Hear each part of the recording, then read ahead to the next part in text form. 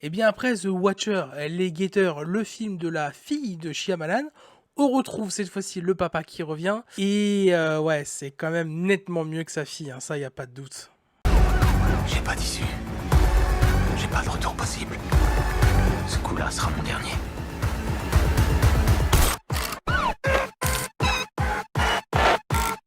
Profitez de la fin du concert.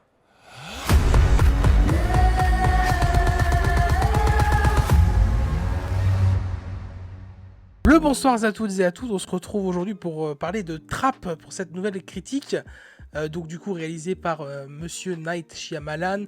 Donc comme son nom l'indique, Trap piège, donc du coup on va retrouver tout ce personnage de Cooper interprété par Josh Hartnett qui va à un concert avec sa fille, 30 000 spectateurs, 300 policiers, un tueur en série. Arrivera-t-il à s'échapper ? Mais écoutez, avant de parler de quoi que ce soit de plus sur le film, je voulais juste vous dire que je vais partir en vacances pendant 2 semaines, mais il y aura encore des critiques. Déjà, je vous lâche celle-là, qui va rester du coup évidemment une bonne semaine, 10 jours. Et du coup, le week-end du 17, vous aurez du coup une nouvelle vidéo. Je vous spoil direct, hein, comme ça c'est fait. Ce sera sur Moi Moche et Méchant 4, que j'avais vu déjà il y a 2 ou 3 semaines, je crois, je l'avais vu le jour de sa sortie, mais je préférais parler des nouveaux films qui étaient sortis récemment plutôt que parler de Moi Moche et Méchant 4. Ça, vous aurez toujours des critiques, même quand je serai en vacances. Il y a moyen que j'aille au cinéma, du coup, pendant mes vacances aussi, c'est pas impossible avec la famille. Et quand je reviendrai, je prendrai direct la critique sur le film que j'irai voir pendant les vacances. Il y a de grandes chances que ce soit peut-être Borderland, mais c'est pas impossible que j'aille revoir aussi un film que j'ai déjà vu avec ma famille. Je suis déjà retourné voir Deadpool et Wolverine une deuxième fois le week-end dernier. Peut-être que je retournerai voir Monte Cristo, parce que c'est un très bon film aussi, que j'avais envie de le revoir une deuxième fois. Donc je sais pas, bref, on verra. Mais en tout cas, voilà, vous aurez quand même des critiques pendant mes vacances, vous inquiétez pas. Pas de soucis là-dessus. Et nous, aujourd'hui, on parle de Trap.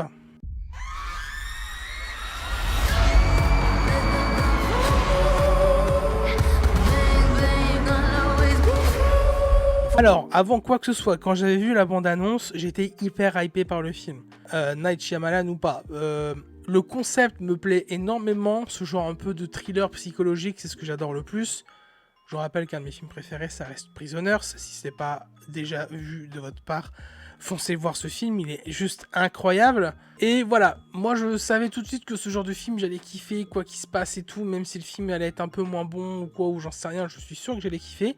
Et le film est pas si mal, le film est vraiment bien, c'est pas une dinguerie monumentale, ça révolutionne pas grand chose, mais l'ambiance y est, les personnages sont intéressants, tout ce qui tourne autour de cette intrigue, on est dans un concert, le tueur en série, il est là, on le suit, il est avec sa fille, et le but c'est de rester le plus inaperçu possible, mais aussi de réussir à s'enfuir.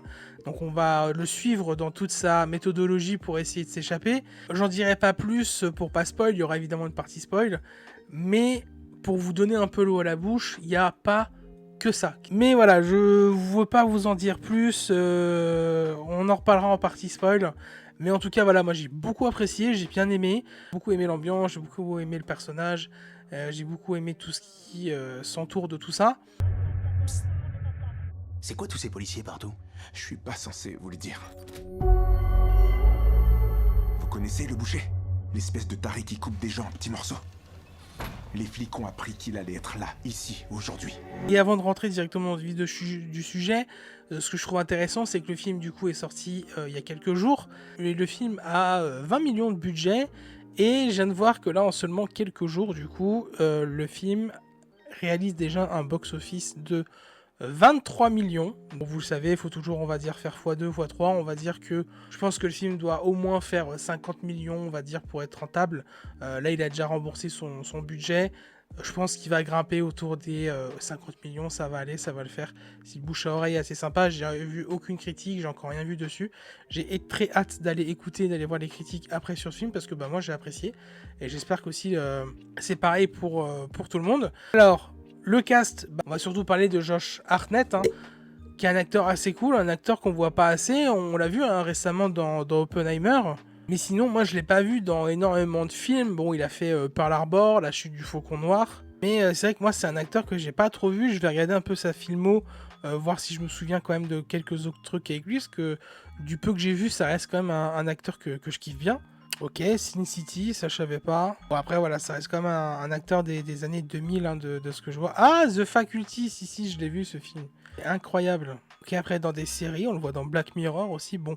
Voilà. En tout cas, ce qui est sûr, c'est qu'il interprète vraiment hyper bien ce rôle, mais on parlera sur le casting plus tard. On va tout de suite parler, comme d'habitude, de l'image, de la photo. C'était ok. Franchement, c'était assez ok. Il y a de belles couleurs, de belles images, vu qu'on est dans un concert, évidemment. Il y a de belles couleurs qui sont faites. Le rouge revient assez souvent, comme on peut le voir là à l'écran, et puis aussi sur l'affiche. Et ouais, non, j'ai rien de spécial à dire sur l'image, juste que c'est une photo ok. L'image est assez sombre quand même tout le long du film. L'éclairage fait en sorte que ça soit pas non plus hyper clair comme film. Après, voilà, vu qu'on suit du coup le personnage principal qui est le tueur, hein, je ne spoil rien, hein, c'est dans la bande-annonce et c'est le but du film évidemment, c'est de suivre et de se mettre dans la peau de ce tueur qui se fait pourchasser par la police du coup. Normalement, dans le genre de film, c'est plus l'inverse, hein, on se met à la place des policiers et on pourchasse le tueur, on essaie de deviner qui c'est, de le trouver. Là, cette fois-ci, il faut qu'on se mette dans le sens inverse et je trouve ça extrêmement stylé et extrêmement intéressant. Mais voilà, on est quand même dans une ambiance un peu sombre, stressante légèrement, c'est vraiment pas hyper stressant. Mais voilà, on a de belles couleurs, que ce soit aussi par rapport à la scène où joue du coup la chanteuse. Mais après, voilà, les couleurs sont sympas, même aussi par rapport à tout ce qui vient au niveau de tout ce qui se passe sur scène, par rapport à la chanteuse, par rapport à tout ce qui s'y passe, les décors, tout ça. Mais ça, on y reviendra pour le côté direction artistique. Mais voilà pour la photo. J'ai jamais ressenti ça. Je me sens hors de contrôle. Elle s'est effondrée, je peux vous la confier? Merci. L'individu que nous recherchons ne cédera pas à la panique. Musique pour le son, les musiques déjà de la chanteuse, hein. Moi la chanteuse me fait penser extrêmement à Ariana Grande, mais au niveau de la chanson on est plus sur du Billie Eilish en tout cas, en termes de style. Voilà, elle a énormément de chansons, la fille du coup de Cooper, le personnage principal, est à fond dedans, c'est vraiment une groupie de la meuf et tout, elle est à fond, elle connaît tout par cœur, enfin voilà, c'est des choses qu'on voit assez souvent. Et ouais, non, les chansons sont assez cool et tout. Après, au niveau de l'ambiance musicale du film, de la BO et tout, c'est pas hyper mémorable. Je me souviens pas grand chose, donc je sors actuellement de la séance là. Mais voilà, l'ambiance est là, c'est du classique, rien d'innovant, rien de ouf. Mais ça le fait. Il a compris qu'il n'y avait pas d'issue. Il va essayer de semer le chaos. Papa, mais qu'est-ce que tu fais? T'es trop bizarre.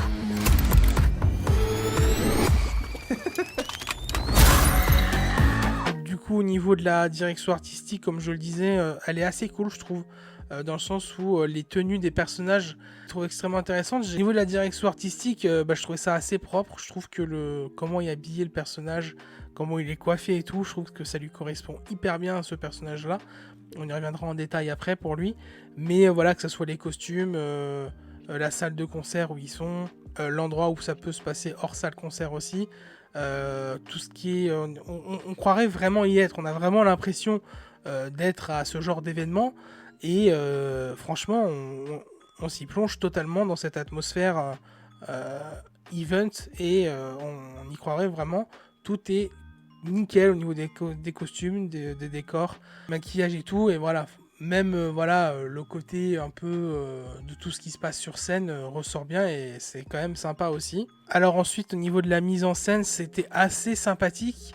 Il n'y a rien d'impressionnant, il n'y a pas des mouvements de caméra fous ou incroyables, mais ce qui est hyper cool dans ce film, c'est au niveau de comment la caméra est foutue quand des personnages parlent entre eux, entre certains dialogues. On a du coup Cooper qui se retrouve à devoir parler à des gens du staff ou à une amie à elle qui retrouve sur place et tout. Et la caméra est face au personnage où on voit que sa tête et le personnage nous parle directement entre guillemets à nous spectateurs, il regarde la caméra et du coup ça installe une ambiance assez pesante parce que alors même si c'est pareil pour les autres personnages, t'as l'impression que les personnages nous parlent à nous, mais on comprend et on tire tout de suite qu'ils parlent du coup à Cooper, mais du coup c'est le truc que Shyamalan veut faire, et c'est ça que je trouve hyper intéressant dans ce point de vue-là, c'est de nous mettre vraiment à la place du tueur, en fait. C'est trop cool parce que, vu que tous ces personnages qui parlent à Cooper regardent directement la caméra, c'est comme s'ils nous regardaient directement nous. Et ce qu'il veut faire par là, c'est nous mettre vraiment dans la peau du personnage, qu'on soit en fait ce tueur, qu'on essaie de comprendre son point de vue, sa psychologie, et de comprendre comment est-ce qu'il peut s'en sortir et les interactions qu'il a avec les autres. Et quand on se retrouve après face à lui, que c'est lui qui parle directement à la caméra, et ben on a ce sentiment aussi un peu étrange et un peu pesant parce que voilà, il joue extrêmement bien Josh Hartnett et du coup bah, des fois on le voit, ses changements de visage, ses changements de caractère et c'est assez badant, alors ça fait pas peur non plus, mais on sent vraiment que le mec est dérangé. Il est aussi extrêmement intéressant du coup parce que c'est hyper bien fait la façon dont il parle à la caméra et dont il peut changer de personnage d'un plan à l'autre en fait. C'est extrêmement cool. On y vient du coup évidemment au casting. Alors la fille, je l'ai trouvée cool, elle joue bien son rôle et tout. Il y a sa famille qu'on voit aussi un peu, mais on en reparlera un peu plus en partie spoil. Mais après il y a ce personnage du coup du profiler, la femme aux cheveux blancs. Oubliable as fuck, je la trouve inintéressante, je la trouve nulle. C'est dommage parce qu'on sent vraiment qu'ils ont voulu que ce soit un personnage qui se démarque un peu des autres, c'est le profiler, parce qu'on a énormément de policiers, on a énormément de flics partout à droite à gauche, et voilà, je la trouve vraiment pas bien. J'aurais vraiment voulu autre chose qu'une vieille dame en fait, je trouve pas ça cool. J'ai l'impression que c'est un lien aussi un peu psychologique avec le passif du coup du personnage par rapport à sa mère, mais j'en dis pas plus pour pas vous spoil. Et voilà, donc je comprends peut-être que c'est un lien avec ça, pourquoi ils ont voulu mettre ça, ce style de personnage, mais moi j'ai trouvé ça un peu nage. Je trouve que bah du coup on n'a pas, vous savez ce qui est intéressant dans ce genre d'enquête de cette chasse à la souris, c'est que le chat c'est souvent le policier et la souris c'est le tueur, et c'est hyper cool que, je prends un exemple tout con mais avec Death Note par exemple avec elle et Yagami, c'est que bah voilà, les deux personnages sont au même niveau, ils sont extrêmement forts et tout, et il faut toujours qu'il y en ait un qui arrive à faire un meilleur coup d'échec que l'autre, et bah là on sent clairement que lui il est là et qu'elle est là quoi, ça sert à rien. Et bon bref, après on est plus là pour être du côté du tueur que du côté du flic, mais bon, ça c'est la petite parenthèse. L'actrice qui joue aussi la chanteuse, elle se démerde assez bien, je trouve vraiment qu'elle représente la chanteuse d'aujourd'hui, en termes de physique en tout cas. Après en termes de mentalité, on en reparlera en partie spoil, mais c'est une femme qui est très courageuse. Viens plus près. Qu'est-ce que t'as, papa? Ouvre-moi cette porte! Sexy. Et je sais pas si dans la vraie vie ces gens-là ils sont comme ça. Je sais pas, on a tendance à mettre des étiquettes, mais bon. C'est une question que je me pose, mais on en reparlera en partie spoil. Et évidemment, Cooper, hein, le personnage est incroyable, il a des tocs, il est méthodique, il est tellement carré, il réfléchit à tout, il calcule chaque opportunité, c'est fou. D'un regard, d'un clic limite, on pourrait croire en fait, il calcule tout à droite, à gauche, il est trop fort. Il peut se fondre dans n'importe quel type de personnage, prendre n'importe quel rôle d'une seconde à l'autre. Et ce qui est ouf, c'est que c'est un personnage qui est hyper sympathique, c'est un père de famille comme n'importe qui, et qu'en fait c'est un tueur, il s'appelle le Boucher. Il a tué une douzaine de personnes, je crois, déjà en petits morceaux et tout. Enfin bref, c'est un malade mental, c'est un fou, hein. Mais il a aussi ce côté, c'est un père de famille, il est hyper gentil, ce qu'il fait pour sa fille, c'est fou. Et même le comportement qu'il a auprès d'autres personnages, ça pourrait être n'importe qui, en fait. Votre voisin de gauche ou de droite, ça pourrait être ce genre de type, en fait. C'est ça qui est fou. Et c'est ça qui est incroyable dans ce film, c'est que t'en viens même à avoir un peu d'empathie pour lui, où t'as envie qu'il s'en sorte, t'as envie qu'il s'enfuit, alors que en réel, non, tu ferais tout pour le balancer et pour esquiver ce genre de personnes, en fait. C'est ouf. Et le film arrive à te faire ça, à te faire avoir cette empathie pour le personnage, d'avoir envie qu'il s'en sorte. Du coup, Josh Hartnett, ce qui est extrêmement cool aussi, vous le savez, je vais voir tous les films en VF, fervent défenseur des comédiens de doublage français. Du coup, c'est doublé par Damien Boisseau, qui fait principalement la voix de Matt Damon, donc je trouve que sa VF est extrêmement cool et qu'elle est extrêmement bien utilisée, en tout cas, pour le personnage de Cooper dans ce film. Et voilà, en tout cas, Josh Hartnett, il joue vraiment très bien son rôle. Le personnage, que ça soit le père de famille ou le boucher, sont extrêmement plaisants à voir à l'écran, et gros bravo à lui en tout cas. Alors après, ça c'est ce qu'il veut faire pour la plupart des gens. Moi personnellement, ce genre de film j'adore. Et plus le temps avance, plus j'aime les méchants. Vous savez, je regarde du catch et tout. Et maintenant je préfère limite plus les méchants que les gentils et tout. Et même dans les films, je trouve ça plus intéressant du coup le développement des personnages des méchants que des gentils. Et bah voilà, moi vraiment je me disais putain je veux qu'il s'en sorte, je veux qu'il s'en sorte. Bah est-ce qu'il s'en sort ou pas? Là, il faudra aller le voir le film en salle pour connaître du coup la fin. Donc voilà, avant de parler de la fin, pour conclure, voilà, c'est vraiment un film que j'ai beaucoup aimé, je vous conseille d'aller le voir en salle, en tout cas, ça c'est clair et net. Il y a quelques petites facilités scénaristiques, parce que j'ai pas trop parlé du scénar. Bon voilà, c'est un scénar assez classique, mais voilà, il y a quelques bonnes idées, il y a quelques facilités. Je trouve que voilà, le petit point négatif, c'est qu'ils auraient pu avoir beaucoup plus d'idées, c'est déjà très bien ce qu'ils ont fait. Mais un peu plus d'idées, ça aurait été cool, mais on va y revenir en partie spoil. Voilà, en tout cas, moi je vous conseille vraiment d'aller voir le film, foncez le voir en salle, et nous on passe en partie spoil. Pour ceux qui nous quittent maintenant, je vous invite évidemment à liker, commenter, partager, nanani, nanana, et nous on passe en partie spoil. Ils sont montés un guet-apens. Tout ce concert là, c'est un piège. Ils surveillent toutes les issues. Ils checkent tout ce qui veut sortir. Une vraie souricière. En partie spoil. Tout ce qui se passe dans la salle de concert, c'est super, c'est génial, mais je trouve qu'on y sort un peu trop tôt. On a en fait un film qui se passe en 3 parties. La première partie, c'est l'intro, on arrive dans le concert, nanani nanana, il capte qu'en fait il est recherché, que tout ça c'est un piège que pour lui et tout. La deuxième partie, c'est il essaye de s'échapper, il essaye de s'en sortir.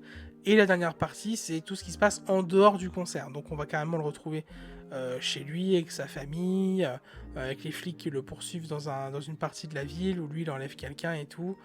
Et il essaie de s'en sortir, il essaye de se faire de tout ça. Et on reparlera de la fin en tout dernier.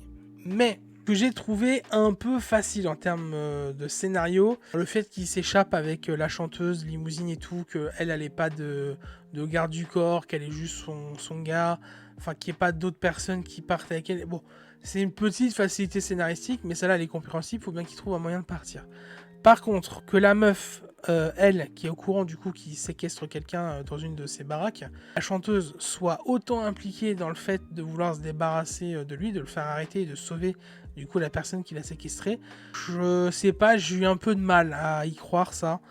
Voilà, qu'elle arrive carrément du coup, elle s'enferme dans les toilettes, elle lance un live Insta où elle dit voilà, il y a un gars qui est enfermé, j'ai 1 ou 2 indices du lieu où il pourrait être, est-ce que vous pensez savoir où c'est? Il y a des gens qui disent oui, je sais où c'est, on va les libérer. Bon, ça c'est vraiment la partie que je trouve pas acceptable dans le film, je trouve ça trop facile, c'est un peu n'importe quoi. Et au final, il la séquestre, il s'enfuit avec elle. Il va la retrouver et au final elle s'en sort quand même. Lui il arrive à s'échapper, il retrouve sa femme et tout. Sa femme le piège du coup, il se fait encore piéger le gars. Et à la fin il se fait arrêter. Et donc du coup on se dit, voilà, quand je vous l'ai dit, moi j'avais envie qu'il s'en sorte quand même. C'est horrible, hein. Dans la vraie vie je voudrais pas ça, mais pour le film j'en avais envie. Et le gars arrive à s'en sortir. Et la façon dont il s'en sort avec le vélo, c'est quand même extrêmement intéressant, j'aime bien. Et la fin, on voit vraiment que c'est un psychopathe, que c'est un fou, le dernier plan qu'on a de lui. Évidemment, moi j'ai bien aimé, donc c'est un film où il n'y aura jamais de suite, hein, ça c'est clair et net. Mais si un jour il y a une suite et qu'on retrouve ce personnage, moi je serais très content. Même si ça n'arrivera pas, je pense. Même si le film cartonne au box-office et tout, ça m'étonnerait que ça soit le genre de film où il y a des suites. Mais voilà, j'ai vraiment kiffé. Je trouve que la relation qu'il a avec sa fille, elle est extrêmement cool, extrêmement intéressante. Quand il se fait arrêter et qu'elle lui court quand même dans les bras pour lui dire adieu, quoi. Je trouvais ça extrêmement touchant. Ouais, non, la deuxième partie où il est hors du coup du concert, là on a vraiment on fait vraiment face au fou, au psychopathe, au tueur, au boucher du coup. Et voilà, on voit vraiment qu'il est fou là quand il se met torse nu et qu'il pète un plomb et tout, quand il se fait électrocuter par les pistolets de la police et tout.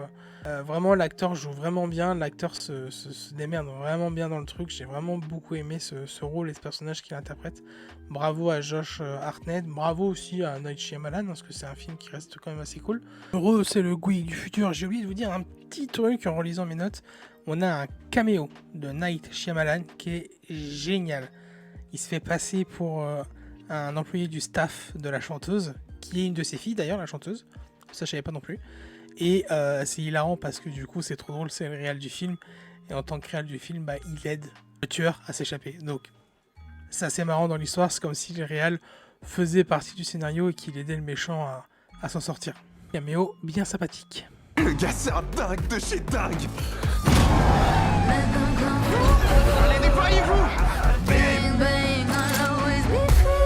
Que se passe-t-il? Je crois que vous me cherchez. Désolé les gars, pardon. Désolé. Comment ça va? Vous vous éclatez?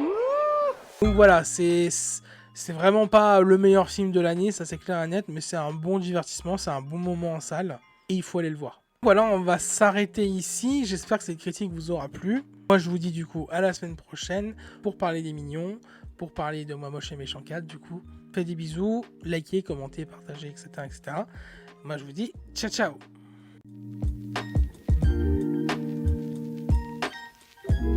Je dis de la merde en fait là.